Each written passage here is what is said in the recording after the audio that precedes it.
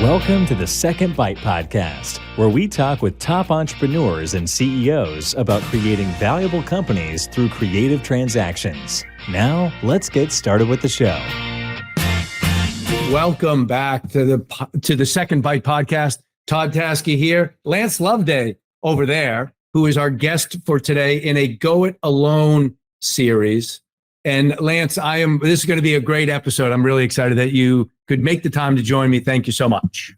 Thrilled to be here. Thanks for having me, Todd. So Lance, you are now super fancy because you're an executive chairman. We're going to get to that a little bit later. Can we start with Closed Loop, which is your company that you've been running now for well over a decade? Can you just kind of describe Closed Loop and who you are and who you serve and what you do? Sure. Closed Loop's a digital advertising agency. Been running it for 23 years, actually. So started in 2001. And we serve larger, more sophisticated advertisers running their digital media campaigns, primarily acquisition focused, although we've branched out in recent years and gone up funnel, and we engage more in what we think of now as full funnel marketing campaigns, where we're both generating demand with top of funnel marketing tactics, and then harvesting that demand with more lower funnel tactics. And I know you've been at it for a long time. Can you give me a rough idea of the size of the business? Sure. We're about 57 people now. And we've grown that organically over time. And we have a couple of years ago acquired a creative service business that is based in Colorado that allowed us to really enhance our service offering with some creative capabilities that had always been kind of a pipe dream. And we were just thrilled to finally make it happen. And so now we've got really, top level media planning, strategy, and execution services combined with, really world-class creative capabilities as well. And then can I ask roughly about where you're at revenue-wise? Sure. Retained revenue, we're in the, roughly 15 million. Cool. All right. That's helpful to know. So there's a few things I want to dig in on, but first is you are, I know, a thoughtful CEO, right? Yeah. I know you've many times won, best agency, best small agency, coolest, blah, blah, blah, that you're proud of. But I think what you're most proud of is when you win the Best Place to Work awards, right? Yeah, that is true. And because I know culture and a home for all these people is really important to you, I'd like to just go on that journey, because your entrepreneurial journey, I know it's been 20 plus years at Closed Loop, but can you like quickly, I know there was at Forager was I think one of your first endeavors. You were there 3 or 4 years. You had a good result with that, I believe. Can you just describe what kind of maybe how you flowed through those first two businesses and what took you to found the company that you now own? Sure. So I started Closed Loop in 2001, and then these other ventures that I've done have really been offshoots of Closed Loop. And so in the case of Forager, that was something that I started up as a separate entity, in kind of the mid-teens, and then, with the intent of spinning it out as its own business, but later made the decision to actually pull that technology back into Closed Loop and use it to differentiate us on the service side. So now Forager is our data platform and reporting tool. And now, like everyone else, we're incorporating some AI elements into that as well. But that's our technology platform and kind of our, insights engine that we use. And you're a relatively small firm to be working with large enterprise. Has that turned out to be the point of distinction that you needed it and wanted it to be?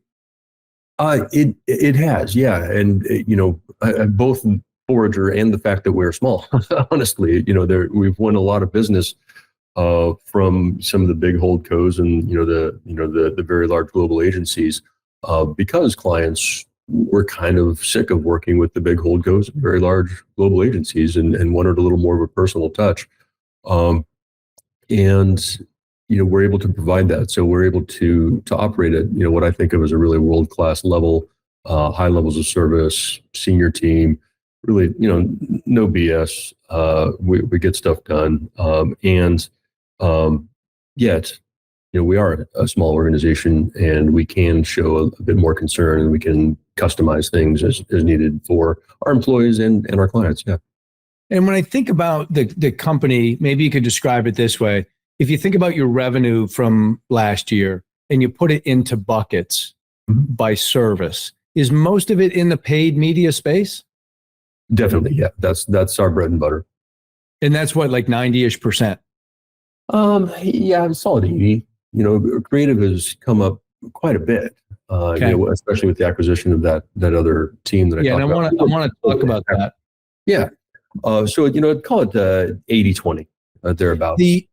And the paid media, is it a point of distinction that says we've got a platform, we can analyze your first party data, I assume, to help you buy media more effectively, more efficiently, ergo better ROI? Is that a fair descriptor? That's certainly part of it, yes. What's the most important part of it? I think the bigger part of it for us is that we've actually figured out how to stitch together deeper funnel data so that you can get full funnel performance and analytics and reporting. And it means, rolling up your sleeves and getting into the dirty plumbing of your CRM systems or whatever other sometimes proprietary systems house your deeper funnel customer data, and figuring out your attribution model and, sticking to that over time. And it's worked so well for us that we've ended up powering the reporting, not just for paid channels for some of our clients, but for non-paid channels and other channels that we don't even have a hand in managing. And so it's really become a source of strength for us. And the differentiator is that, quite honestly, a lot of people are talking about this. We've actually done it, are doing it, have deep expertise in that we've done it for many, many years. And it's because, it's not because we have some, honestly, whiz bang, super top secret proprietary technology. It's because we've really taken the time to do the deep work and the data stitching and analytics behind the scenes to really make it all function the way it's supposed to. It's really easy to speak to this. It's really hard to actually execute. Make it happen. Yeah. I would imagine when you do that at that level, your client retention, revenue retention's got to be pretty strong year over year. It is. It's definitely a point of pride for us and a point of strength for us. Beyond that, we like to think that, we're really good at maintaining relationship, and people continue to work with us, not just because, Forager and the data platform is really sticky, but because they want to, and because we're driving continued performance gains. And that's what we see. It's so interesting because when I think of a $15 million revenue business, most of them don't have 50, 60 employees, right? Most are, a third lower, a quarter lower than that. So I would imagine that's the white glove treatment that keeps your customers happy. It's a good observation. I hadn't really thought about it that way, but I think that's safe to say. We're also willing to invest ahead of growth a little bit right now. We're investing in our own data platform, which is unique for a 57-person company as well. That we've got this deep creative expertise, I think, is also somewhat unique. We've got our own video production studio, and we can do, full, TV, productions and, full scale 30-second spots, many of which are run on national broadcasts. So, there's really no element of the creative side that we can't do now. So let's talk about that then. What year did you make that acquisition? Let's see, that was 21, I think. Okay, so only a couple of years ago. So did you sit down as a management team and say, we really need creative, let's go try to find something? Or was it opportunistic? Or maybe you could just walk us through from initial thought process about that would really integrate well to how you identified, and then maybe a little bit about how you try to negotiate that deal? Sure. So it started off, call it 2018, 19. We talked for many years about wanting to layer in a creative capability at some point, right? But it always was a pipe dream. The time was never right. We weren't sure how to make it happen. It's a separate skill set. It's a separate billing model in some cases, right? It's a different revenue model. And is it really complementary to what we do? We hadn't really fully tested that hypothesis. But seeing, with the rise of automation and machine learning, the writing was on the wall for us that, hey, creative really is getting more and more strategic. And it's increasingly one of the few remaining unpulled levers that we have and advertisers have in driving additional performance from these campaigns. And so we think this is where we want to kind of put a flag in the ground and say, okay, this is one of the areas we want to differentiate. Also, too, just my broader philosophy and experience had been that the world is awash in mediocre creative, and it just bugged me, and so it was an itch I wanted to scratch for a long time. It's interesting. I want to get your opinion because you mentioned this earlier. In my view, AI will add to more mediocre video content, everything else, right? We're seeing it already, yeah. Yeah. So you have mentioned a little bit about AI. How are you working AI into the agency? Oh God, a variety of ways. I mean, first off, we're leveraging what the platforms are doing on the media side. And, we've had to completely flip our approach, say 5 years ago or so, when machine learning, finally started to deliver on the media front. At that point, agencies had a tough transition to make because prior to that, the name of the game was giving yourself as much granular control as possible, right? And trying to outsmart the Googles and Facebooks and so on and out-engineer them.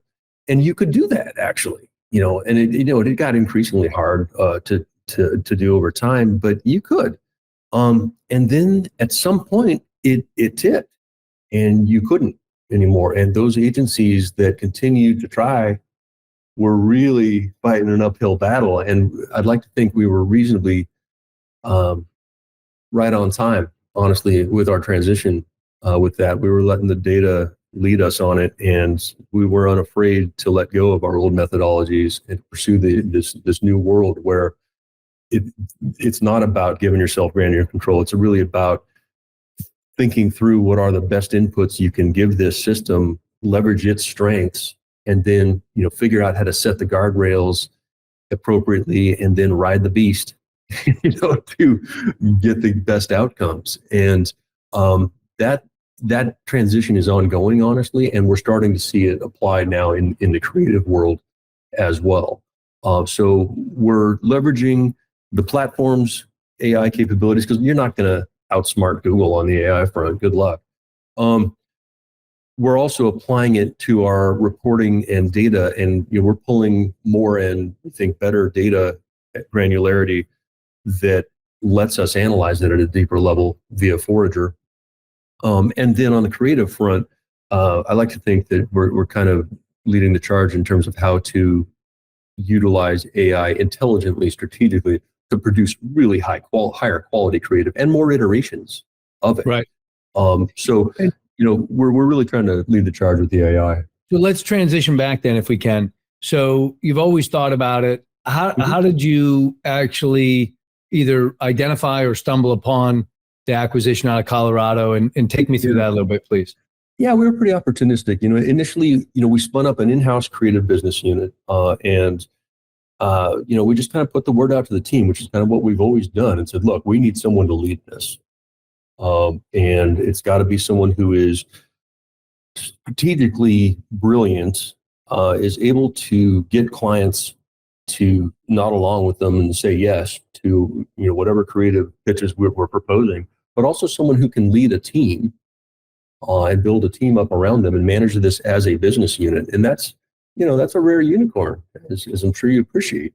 But one of our people had worked with a guy at one of their past agencies, and he stood up and said, "Hey, that's your guy." And so I talked to him, and sure enough, yeah, the guy. I mean, it was just one of these plain as day slam dunk decisions that, on paper looked high risk, but once I actually talked to him and he talked with other people in the group, we realized we had alignment, and we'd found our unicorn, and we hired him to lead the whole business unit.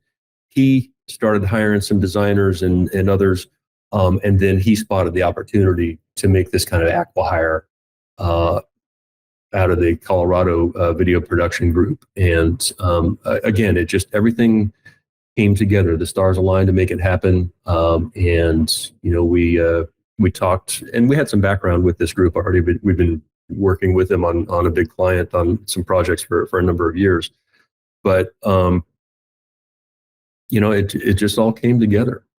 So he was ready to sell. We were looking to expand. It was reasonably low risk, perfectly strategically complementary, and we've made it happen. When I hear acqui-hire, I hear in my mind, my experience is that it's a smaller business. There's not a whole lot of EBITDA there. There's a much better fit. Yeah. I can't give you a lot of money right now because you don't have a lot of EBITDA. Mm-hmm. Is that what you ran into, number one? And number two, how do you motivate people to then join your band versus remaining independent? Sure. That is largely the situation. How many folks were there at that group? It was 4. Okay.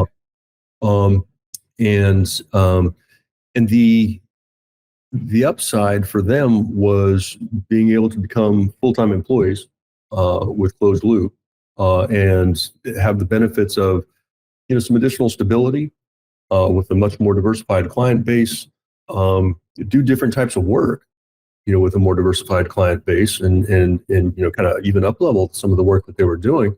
It was already very, very high quality, but be able to apply their skills across a different and larger client base, and do hopefully some more interesting work over time. And then, get all the benefits that come along with being an employee versus a contractor, which is what many of these people had been previously. Sure. What was your biggest fear in doing that, in bringing, I guess not even bringing these strangers in because they're going to stay in Colorado, right? Mm-hmm. One of the benefits of the world today. But what were you most worried about when you decided to do this? The first one is culture fit. I think both from a style perspective, what you usually think of as culture fit and values, and we realized we had that pretty early on. But then one of the bigger fears too was, creative people are just different than media people, right? And I had experienced this previously, and so I had a little bit of baggage and paranoia about that.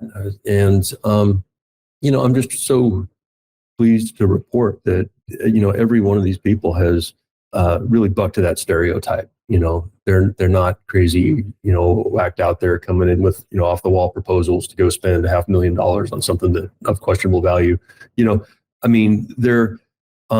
yes, they're creative. They're extremely good at what they do, but they're fundamentally good people. They're really reasonable, easy to work with, and they're just stone cold pros, and it's fun to sit back and watch true professionals at work. And I get a little extra juice out of the creative side, as I think most people do. It's just so much easier to appreciate what they do, right? A lot of what we do on the media front it's kind of behind the scenes and a little bit geeky, and we enjoy it ourselves. But with creative, there's something beautiful at the end of it that you can appreciate and lay your eyes on and feel, and I really enjoy that. Somebody explained to me a long time ago, because they had set up some technology inside their business to eliminate a lot of the grunt work that people have to do to be effective at SEO and paid media and the rest. Mm-hmm. And he said, because we get rid of this grunt work, people only get to do the fun stuff. Mm-hmm. And so we get to hire the very best people because they want to do the fun stuff. They hate doing the other stuff. I would imagine for a creative to have an environment where they're appreciated and can be creative and work with other smart people. Mm-hmm. It's in all of the polls, smart people top of their list ahead of money is working with other smart people. So when you create that environment, man, you've really got something that's pretty special for them.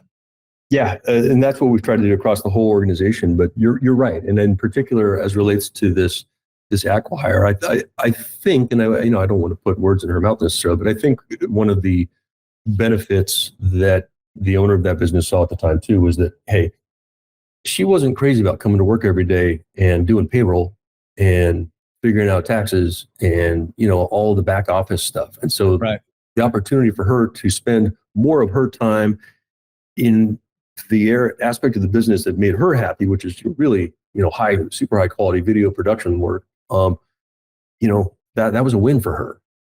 And obviously we had the infrastructure to absorb all that back office, no problem. And so, that was a win for us. So we get this super high level strategic creative capability.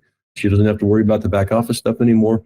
It's a win-win. And that's really what I've tried to create throughout my career. I love creating scenarios where everybody wins. When I look at your customer list, your retention level and your employee level retention, as evidenced by Best Place to Work, it sure feels like you've accomplished that. So well done. Two things I want to drill into with the time that we have left. I'm sure you get calls all the time from private equity and let's do this and let's do this. I want to get to that in a second. You've been running the shop for 2 decades. You're, I guess, not running anymore because you're not the CEO, you're the executive chairman. I hear tons of people talk about this. Many more people don't do it right. A lot of people try to hire a CEO, COO. I find they struggle with that way more often than they get it right. Tell me about your experience. Tell me about if you were going to share a piece of wisdom with somebody about, how you did this effectively, whether it's taking yourself out of day-to-day to be exec chair or hiring somebody at that senior of a level to be the number 2 or number 3. That's tricky. So how did you do it so well? I don't know. I guess if I'm getting humble, I say I got lucky, but maybe at some level you make your own luck. I was fortunate to surround myself with amazing people. And so I had nothing but good options really to choose from as I evaluated different paths forward. And they were all internal people. Sorry to cut you off. They're all internal people? Correct. Yeah. You considered? Okay. Yeah. So, I did this semi-gradually. And what I realized, with Amanda Evans, who is now our CEO, was that, she and I had started working together, 10 plus years ago now when we kind of joined forces. She had a small agency, I had a small agency, and we joined forces. So I knew that she had kind of the entrepreneurial mindset already, the ability to run her own show. And she came on initially and ran the whole services organization, that whole side of the business. I had then promoted her to president, a couple of years ago now, 2 or 3 years ago now. And, she was now running pretty much the whole company. And, with me as CEO. And we had a COO as well. We still have John Evans, no relation to Amanda Evans. And the three of us were kind of the three-headed monster up top there. And we, many years ago, started using EOS, the entrepreneurial operating system. Sure. Yeah. So you've heard, many people reference. And one of the tenets of entrepreneurial operating system is that you've got 2 leaders really at the top of an organization. You got the visionary and the integrator, right? And for years, I told myself I was the visionary, and John, my COO, was the integrator. And as Amanda got more and more involved and elevated into the organization, became president, I realized, we kind of had 2 visionaries. It was me and Amanda and John, but I had Amanda technically in a seat that was more suited for an integrator. And I didn't want to deal with that, honestly, even though I knew that was the case. But over time, it became increasingly clear to me that really wasn't fair to her. And it wasn't fair to the organization. And I was at a point where I was ready to, I don't want to say move on, because my heart's still, with the company, and I'm still keeping a close eye on things, but I was ready to let go a little bit. And so, the obvious path forward was to take the leap, move Amanda into the CEO seat, continue to have John ride shotgun as COO for her, and move myself into this executive chairman role. And it's been about as seamless as it could be. And my joke is that, it's a good thing that I haven't been waiting by the phone for them to call me and rescue, because the phone has not rung, man. That's great to hear. It's running the show. It's great. If I spoke to John, would he say Lance made the right decision as CEO to appoint the CEO? I certainly, I'd like to think so, but rationally, yeah, I believe so. And he knew that I was ready to move on a little bit, and I think he was aware as well that we needed a little bit of fresh blood, fresh thinking, and to reboot a little bit. And Amanda has done that for us. So yeah, I think so. So again, that's a really tricky transition. It sounds like you did very well at. On a scale of 1 to 10, how much credit would you give EOS for making that be smooth and effective? Oh, that's a great question. You know what? I give it a lot of credit. It's deceptively simple. Like other things we've talked about, right? It looks easy, actually hard in reality to pull off. But when we first started reading the books, many years ago, before we formally adopted it, John and I read the book Rocket Fuel, where they really go deep on the visionary integrator, distinction.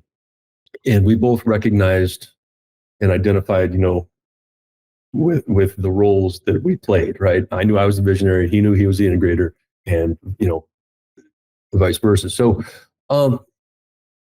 it was pretty clear for us that, okay, hey, this resonates with us, and let's give this a try. And we self-implemented. John implemented it all, which is kind of goes against the best practices and what they recommend. But he's just done a brilliant job with it, and it's stood up. We've rolled it across the whole organization. It's made us way more efficient. There are a lot fewer meetings. Everything is more transparent. The strategic planning process is really tight and efficient. And it's just, I think, it keeps you from developing, I think, a lot of the dysfunction and crud that gums up the works, and right. A lot of politics in organizations. So I give it a ton of credit. That's great. So let me shift in our last few minutes and talk about, I'm sure you get people knock on your door all the time. Yeah. Private equity, other folks that want to buy you. And you've resisted that. And it looks like you've set yourself to continue to remain independent for some period of time. What's the thought process behind that? And when you think about, the life with a private equity partner, what are the things that concern you the most or trouble you the most about a relationship like that? Well, I mean, you're right. I do get, pinged all the time on this. And, early on, I would respond just out of a sense of politeness to a lot of them, but it just got to be too much over time. And now I'm just ruthless in ignoring them, honestly. I did learn some in that process, via some of the folks that I talked to. And then, I've got a number of fellow entrepreneurs and friends in the agency space and elsewhere that have been through that whole process. And I've tried to learn from their experience because it's a lot cheaper. I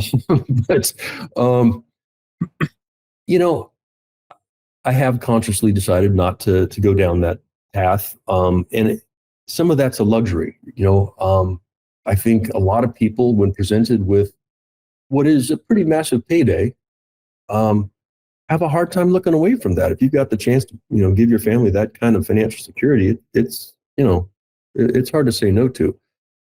I'm fortunate in that I've done this for 20 plus years, and I've, saved some money over time and built some wealth otherwise that, I don't have that same level of motivation necessarily. So it's a little easier for me to step back and say, you know what, it's not necessarily the money that it would motivate me to do this. And if not the money, then what?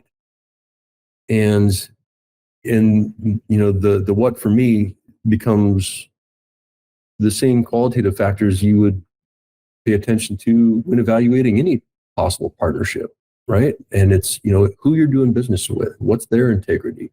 Do you have alignment of values? Do you have alignment on the vision for what you're going to achieve together? And is there a credible roadmap that you both see to how you could, make 1 + 1 = 3 here? And in my case too, I'm an entrepreneur, and being an entrepreneur means I'm a little contrarian, a little ornery sometimes. And so I want to do something different, man. And so the people who approach me and say, hey, what we're going to do is buy a bunch of agencies and mash them together and rebrand it, sell it in 3 years. That sounds fucking awful. I mean, honestly, it's just. How do you really feel about it, Lance? Yeah, well, I mean, let me not sugarcoat it. It just sounds totally uninteresting to me. And so I'd rather do something a little different, a little more unconventional. And I don't know what that looks like. Right now it looks like staying independent. Well, I got to tell you, it's interesting because when guys make that decision and they stay pretty active in their business and they're doing all that, opportunities other than that inbound stuff never come to them because they're too busy working. It'll be interesting to me, and maybe we can get back together in a year or so. It'll be interesting to me now that you're executive chairman and you don't have as much day-to-day responsibilities, what you might think about, see what resonates with you, all those type of things. Because usually when I see somebody's moved to executive chair, it's because private equity has come in and said, okay, you can do this. We still want your wisdom and insight and everything else. But we're going to go, we're going to amp it up a little bit, and you can just watch and participate in the upside and on from there. So I'd love to see how that evolves and develops over time. I think, you sharing your insights and all on this episode has been great. I wonder, my last question would be, when you think about where you are in your life and from the outside looking in, you've been very successful in your business, in your community, in your industry, in your family life, and the rest. Is there something that you would point to, a book that you read, an experience you had, a person that influenced you, that you think deserves some outsized credit for the Lance Loveday that you are today? Yeah, there's a couple that come to mind. One, a book that I know a lot of people have recommended, but it really has had an outsized impact on me, and it's Viktor Frankl's Man's Search for Meaning. It's just, when I think about, I talked about kind of qualitative attributes that I'm seeking, meaning and significance are, pretty high up on my list. And that book, I think is just a beautiful, I don't know, beautiful portrayal of what that looks like amidst, in that case, awful circumstances. So that's one. Another one, there was a high school English teacher that really gave, a dorky, unpopular kid some confidence once. And she called me out and she said some observation I made was brilliant. And I had never been called in front of all your peers. Yeah, in front of the whole class. And I was stunned, like in the moment, and it just stuck with me. I'd never been called brilliant before. What's her name? Her name is Mrs. Condon. Mrs. Condon. God bless her. Condon. And that just gave me so much confidence in life, and just the idea that I could be brilliant was foreign to me at that moment of my life. And it's had a big impact on me, and it gave me a lot of confidence. So shout out to all the teachers out there. Thank you. Shout out specifically to Mrs. Condon. So that's great. Yes.